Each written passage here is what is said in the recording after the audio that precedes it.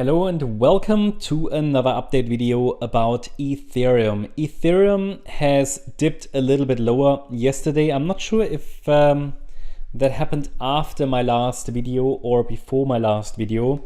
But what we want to do here is not necessarily look at the past. We want to take a look at what the market is doing right now.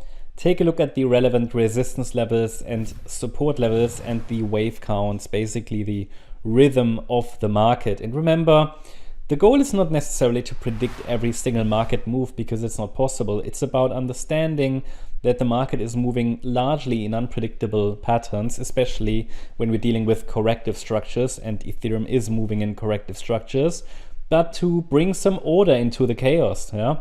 Bring some order, try to identify the underlying natural rhythm of the markets, and navigate the chaos better, okay? And navigate the chaos better. And that's even more important in corrective patterns, because the structures in corrections are offering very balanced probabilities, yeah?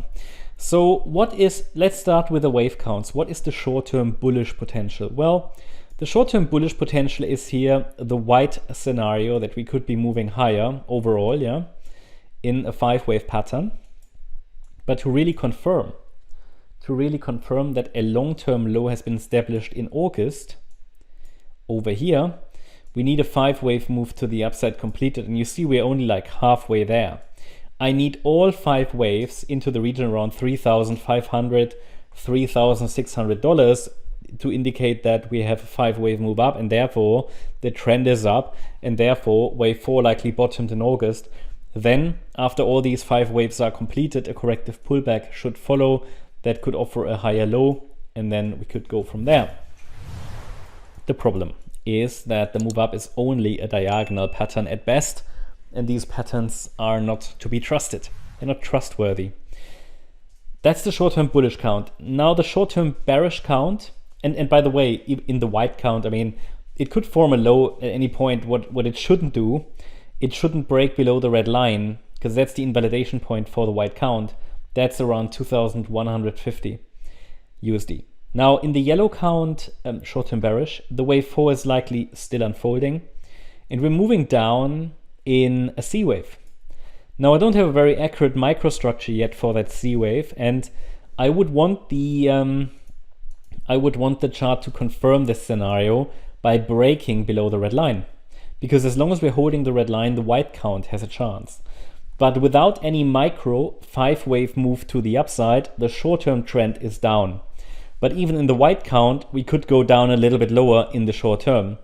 So it's just important to understand what are the key levels that, if broken to the upside, would indicate that something more bullish is playing out. The first key level is the last swing high, the B wave high, at $2,560.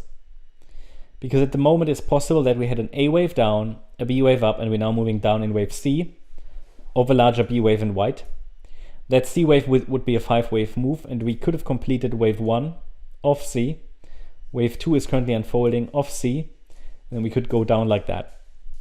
But the price should then stay below 2,562 roughly. A break above that level would indicate that this B wave is still unfolding. In that case, then wave A just extended a little bit. So those are the key levels here, the key areas. And if the A wave extended, then I'd like to leave resistance around 2,696. But as long as the rally from the low is a 3-wave move, it could be a B wave. So what we want to see is the first 5-wave move up, which would indicate wave C has started of wave 3.